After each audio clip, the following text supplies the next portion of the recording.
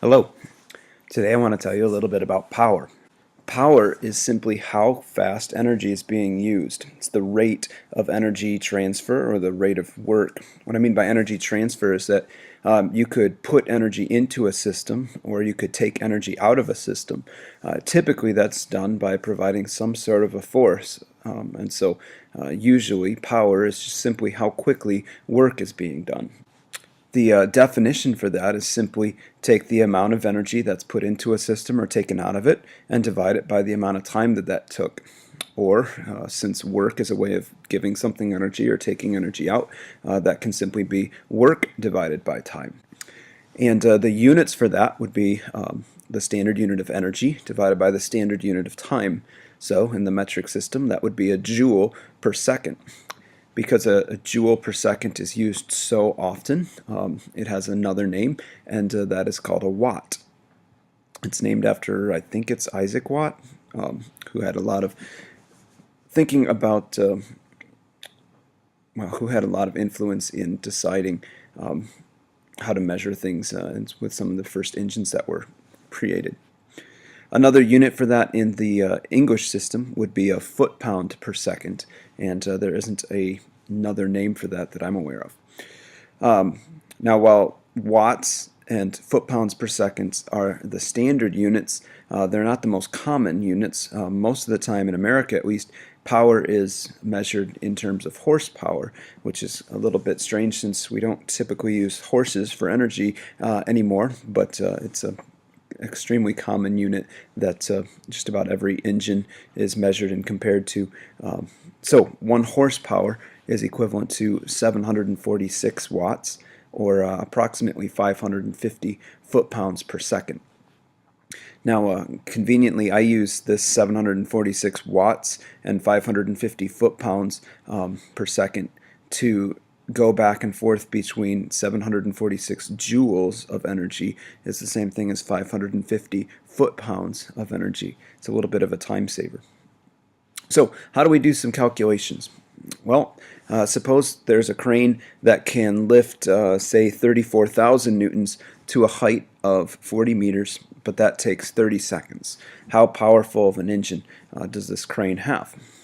Well, the formula for power is work divided by time. And so we need to figure out how much work this crane has accomplished. And so that is a force times a distance divided by time. And so the force that this crane's lifting is 34,000 newtons.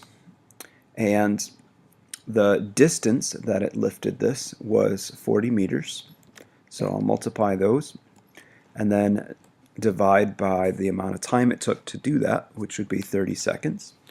And so if I quit right now, I would have an answer that would be in Newton meters. Newton meter is a joule on top of seconds, so it'd be joules inside of seconds, and so that would be in watts. So let's calculate that. 34,000 times 40 meters divided by 30 seconds, and that's about 45,000 watts if we maintain 2 significant digits.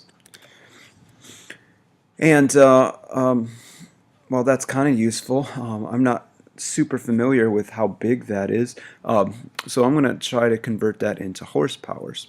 So into horsepower, not horsepowers. So to do that, I will simply multiply this by a conversion factor. 45,000 watts times 1 horsepower is equivalent to 746 watts. And so effectively I need to divide by 746. And so this crane has at least a 61 horsepower engine in it. It probably has a much more powerful engine than that. It's just not running at its full capacity, I'm guessing. So anyway, that's an example of a work calculation. Here's one more example. Suppose a car is traveling down the road at 30 meters per second, so kind of fast, at about 70 miles an hour or so. And while it's doing that, it's experiencing a drag force of 2,900 newtons. What size engine is required? The key to answering a question like this, it doesn't look like we have quite enough information because I don't have a distance and so forth, which is what work would need, a force times a distance. But a key for this is to break up this problem into individual seconds. Let's see if we can figure out how much work this car requires, or how much work was done on this car in 1 second. So once we do that, then we can figure out how much energy the engine needs to provide each second, and that's how much power it has. So if the car is moving at 30 meters per second, that means that each second that car has moved 30 meters.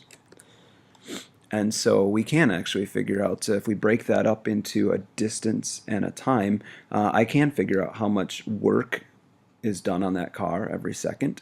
And so work is distance, force times distance. And so the force is 2,900 newtons, and the distance is 30 meters. And so that much work has been done every second. Let's turn this into a power equation by simply writing that power is equal to work divided by time. And so we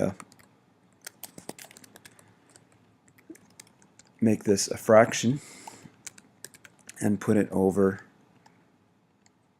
well, 30 meters happened in 1 second. And so if I multiply 2,900 and 30 and divide by 1, that should give me Newton meters per second, or watts. So 30 times 2,900 divided by 1 is 87,000 watts. And if we divide that by 746 watts per horsepower, then that will give us the minimum amount of horsepower that this car has to be. We still don't know if it's operating at full strength or anything. So this car has at least 116 horsepower engine. So a more interesting question might be to turn this around and say, all right, my car is rated at 260 horsepower. How fast should it be able to go then? And we can turn the question around and solve for velocity.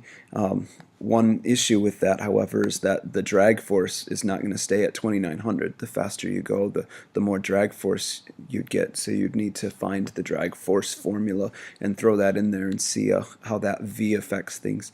But anyway, it's a fun question nonetheless. So in general, if we happen to know that a force is being applied in the same direction as a moving object, and so there's velocities involved, a shortcut, instead of breaking it up individual seconds, is to simply take the force and multiply it by the velocity, since the velocity is a distance per time.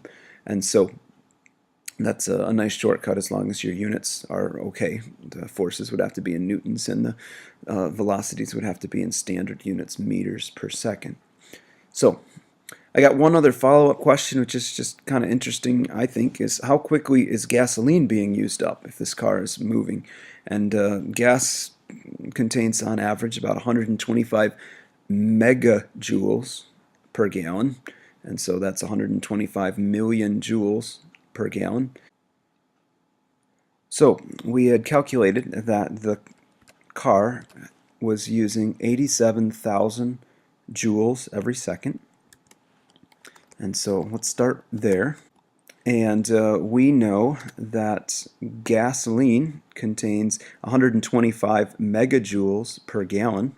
And so let's use that conversion factor. Megajoules, that's 125 megajoules per gallon. Now, in order to get to megajoules, I'd have to convert joules into megajoules. There's 1,000,000 joules in a megajoule. So 1,000,000 joules per megajoule. And so if I quit right now, I'd be able to figure out how many gallons per second this car is using. That is probably an extremely small number. And so let's perhaps look at gallons per hour. That'd be a little bit easier or more comparable number to work with. So there are 60 times 60, so 3,600 seconds in an hour. 87,000 divided by a million divided by 125 and multiplied by 3,600. So this uses 2.5 gallons per hour. And if we could figure out how many miles it was going in that hour, then we could figure out the miles per gallon that we're using. So let's write that number down a second. We've got 2.5 miles per hour. Excuse me, gallons per hour. 30 meters per second is about 70 miles per hour, and so 70 miles per hour, and let's multiply that by in 1 hour we went 2.5 gallons, or used 2.5 gallons, and so 70 divided by 2.5,